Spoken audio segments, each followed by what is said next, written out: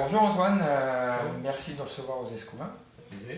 On fait donc la suite de l'étude que tu avais menée l'année dernière, donc avec Damien, qu'on avait vu là, tout le processus que vous aviez mis en place. Donc j'aimerais que tu nous parles cette année la suite de ça, puis peut-être déjà des résultats que vous avez eus, des choses que vous avez pu observer, enfin tu vas nous raconter tout ça.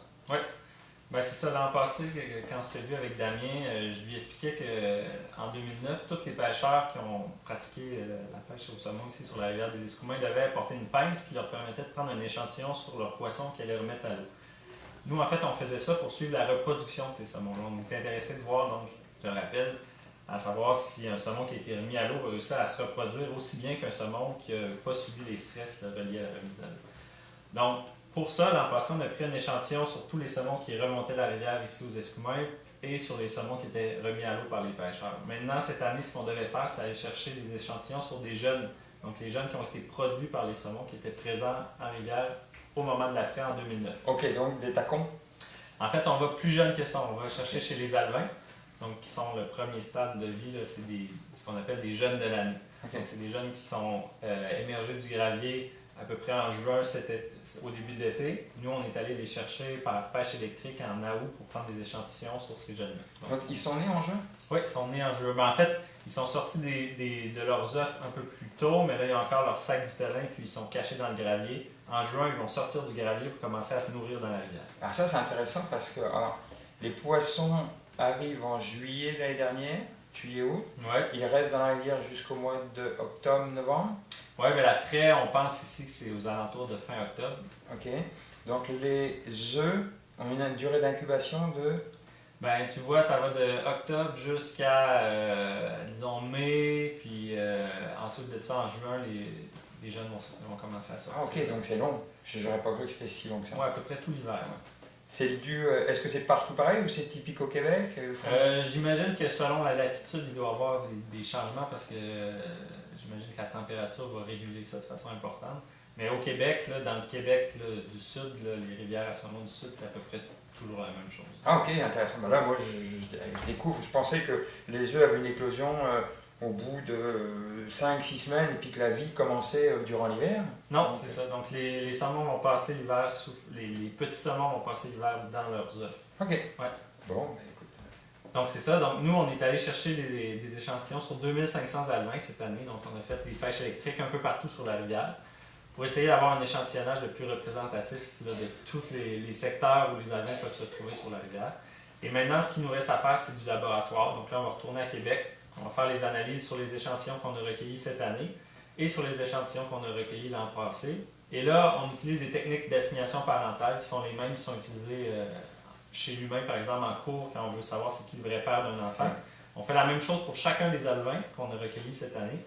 On va retrouver ces deux parents. Puis ensuite, on va être capable de voir, grâce aux échantillons qui ont été pris par les pêcheurs l'an passé, si un de ces deux parents avait été remis à l'eau. Et là, on va comparer le succès reproducteur des saumons qui ont été remis à l'eau par rapport à celui des saumons qui n'ont pas été remis à l'eau. Mais aussi, ça veut dire que ça va te permettre de déterminer peut-être une souche de saumon issue à la rivière ou propre à la rivière ou pas?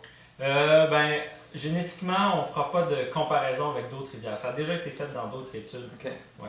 Mais on sait d'ailleurs que c'est ça, les populations de chaque rivière sont un peu différentes. C'est ce qu'on appelle une adaptation locale. Donc les poissons viennent à être adaptés au milieu là, qui leur est propre.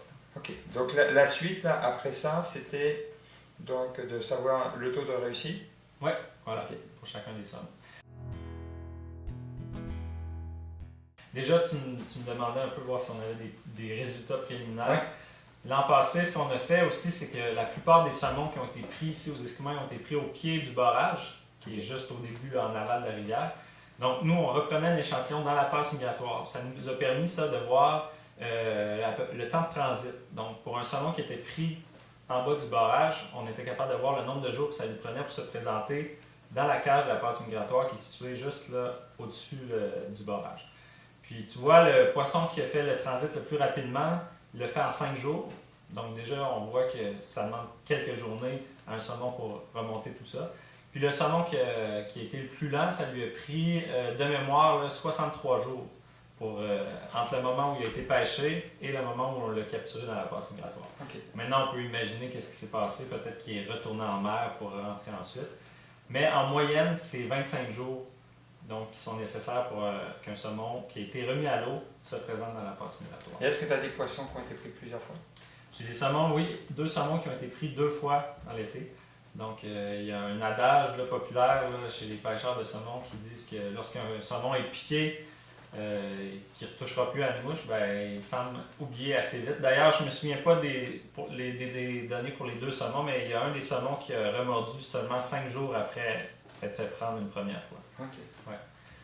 Puis ensuite de ça, on a aussi l'information selon laquelle il y a certains des poissons qui ont été pris en bas ici par des pêcheurs qui malheureusement ne se sont jamais présentés dans la passe migratoire.